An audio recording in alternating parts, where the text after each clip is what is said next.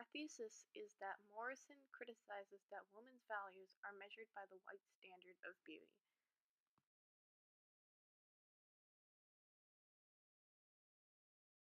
This is our first passage. And right away we started looking at, but when we're talking about gift of dolls, we saw how it was portrayed as being always positive. So you have stuff like special, loving, and then it has a capital. It's like as if it's a proper noun, as if this loving, special, well-known, very influential, because big gift is something everyone should know. And by showing that the doll has such a reputation of being this big, special gift, it's showing that it is a representation of the standard of beauty because it is so widely known. And right here, the text will even say that she knew that the doll represented what they are, or parents, or adults, or anyone who has already accepted this standard. And they're saying that the doll represents the standard of beauty that they assume is everyone's wish. However, the author shows criticism of this standard through Claudia by saying she was bemused by the thing, and then we see some other more negative language where we see she is physically revolted, secretly frightened.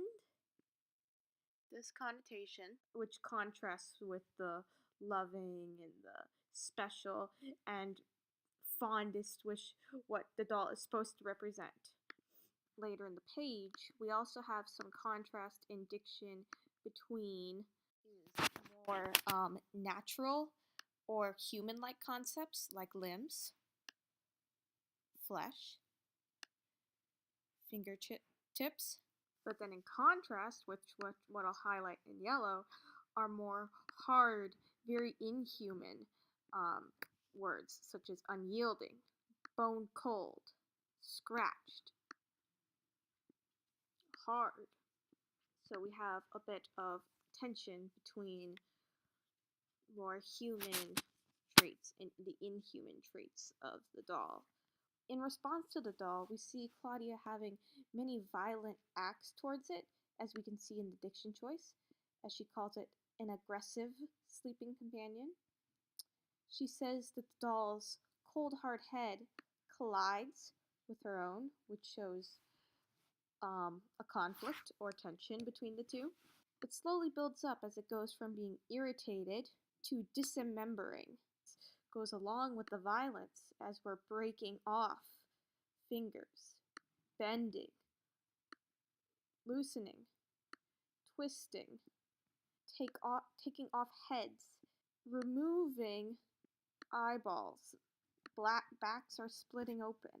So as you can see with this diction, there are violent or very inhuman acts towards the doll, as if this is a lab rat or something she doesn't understand. She's being very aggressive towards it. She's dissecting it because she doesn't understand. She's looking for what makes this doll so special. She says up here that to see what was all that the world said was lovable. This is lovable and she isn't, and she's trying to figure out why, which is criticizing the standard of beauty that it represents because Claudia doesn't understand it, and because it doesn't naturally occur to her that she's supposed to love this, that she's supposed to want to be this, that this is supposed to be her fondest wish. As Claudia is ripping apart the doll in order to try to find what makes it beautiful, she finds only mere metal roundness. Now this aggression that leads up only towards, well, pretty much nothing, shows that this standard is actually very hollow. There's no real beauty in it that is supposed to be superior to everyone else. This standard isn't as great as everyone makes it out to be. When it describes what Claudia actually wants for Christmas instead of a doll, it talks about so much more positive diction, as you can see, and more humanly things, such as body, security, warmth, smell, sound, and it talks about all the senses except for sight, showing the beauty of different things that are much more wholesome to her. Oh, there's another sense, taste. There is no sight in here. This is a different kind of beauty, a much more wholesome beauty that Claudia actually wants to experience. In describing being beautified by getting new dresses and such, she says she loathes it. She calls baths hateful, and we'll see later the theme of cleansing and bathing to try to be beautiful. She calls cleanliness irritable and unimaginative. As a result of this standardization of being beautiful and being clean, she says she has a conversion from this fabricated hatred to a love.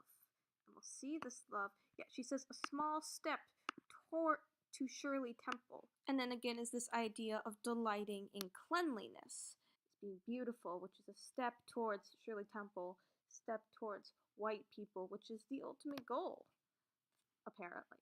But it's all formed out of fabricated hatred and violence and pain and pinching and dismembering.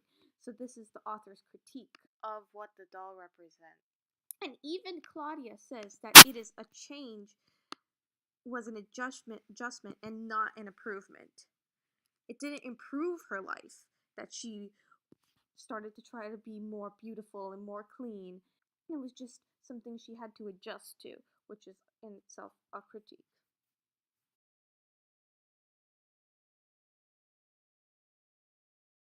When looking at our next passage, the diction here, as you can see in the pink highlights, is all very sweet diction with certain sweet tastes such as vanilla or sugar brown, sweet, butter cake.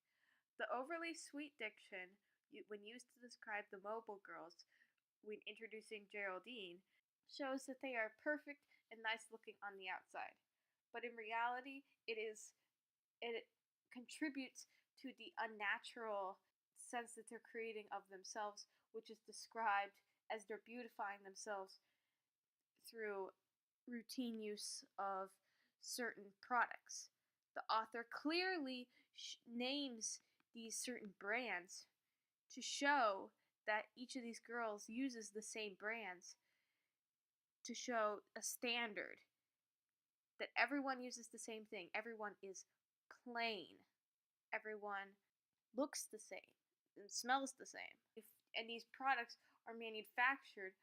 The products are manufactured just like the women are, as they create themselves to be more unnatural, getting rid of their natural selves to be what they see as beautiful.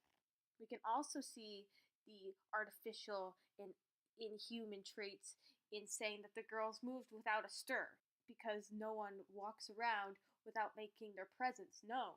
They say they dust themselves as if they were furniture, and say they smell like wood and newspapers, which is not a natural smell for humans, and it's very artificial. When their hands are folded across their stomach, this can be seen as unnatural too, as when you're sleeping, you usually move around. These are very too perfect of traits, and this all shows that these girls, these women, these black women, are losing part of their humanity and self to live up to this standard. We can also see some of their innocence, but also their humble. They're never good enough. They're always second best. When they say they sing second soprano, and they're always in the second row. They're never picked for solos. And when they do not drink, smoke, swear, and they still call sex nookie, this is almost innocence, as if a child. They are still restricted by rules of society. They don't feel superior. They don't feel mature. And as they keep ironing these white blouses and these blue skirts to become too perfect as they're doing with themselves, they're actually ruining their clothes as their white blouses become starched. and the blue skirts become almost purple from ironing. As they're doing this, trying to get rid of their natural self. They're fighting against their natural self, which we can see um, highlighted in all the purple here and in this box. Now they refer to this funk, and the funk is themselves, their true personality, their true natural beauty. But when they learn how to behave by white society and culture, they are forced to get rid of this funkiness. They say it's dreadful. This funkiness of nature. And the funk is even capitalized to draw attention to it, which is a syntactical choice. They say they wipe it away, and there's some personification too, as they're trying to get their own personality to die. Words like crusts, dissolves, drips, clings shows the almost disgusting nature that they see of themselves, as if it's a parasite clinging or something decaying and dissolving and crusting.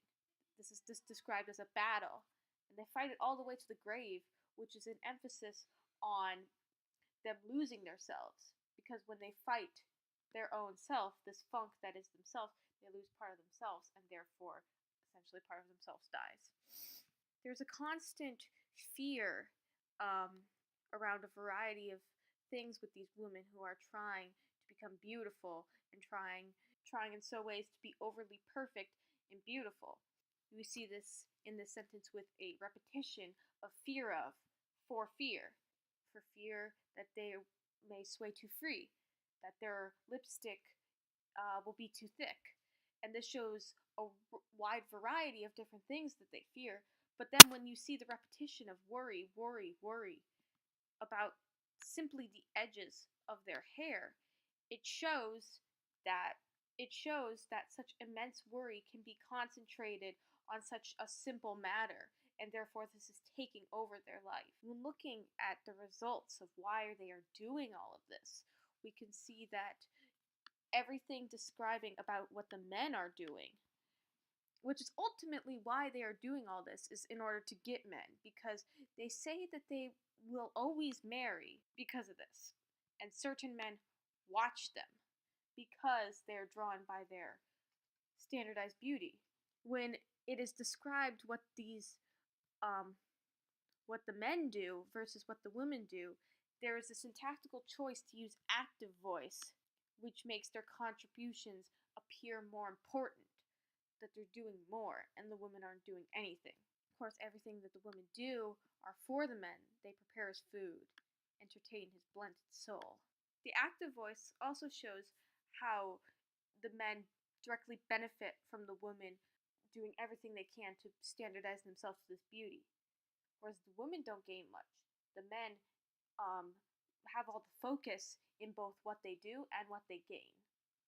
So therefore, women trying to achieve the standardization of beauty that is set into place by white women in order to have success and be valued by men is criticized by the author by showing unnatural tendencies and showing how this is actually degrading from their human self, from their own nature, from passion,